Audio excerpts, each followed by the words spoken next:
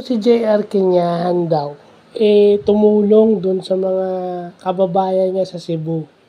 No, tumulong siya dun sa mga kababayan niya na taga Cebu rin na nahihirapan sa pagbaha kahit na siya natanggal yung siya rin tinamaan ng trahedya. Yung lahat ata ng naipundar niya sira.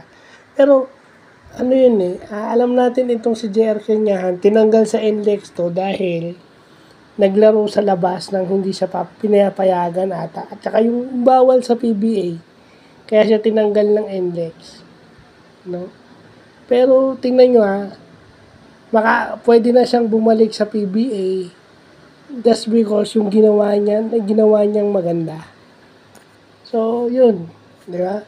Kasi yung ginawa niya, hindi naman siya nanakit ng tao Naglaro lang siya sa ligan labas. Na actually bawal sa kung may kontrata ka sa PBA, under contract ka with the PBA team, bawal. So yun, di ba? Yun yung pagkakataon na babawi ka. No, babawi ka talaga. Yun yung redeeming yourself. Yan, kaya magandang storya yan No? Kailangan talaga tayo mag-isip ng paraan paano tayo makakagawa ng maganda at paano tayo babawi if ever nagkamali tayo. Di ba? So, yun na yun. Magandang ehemplo itong ginawa ni JR Kenyahan, ni Baby Shaq.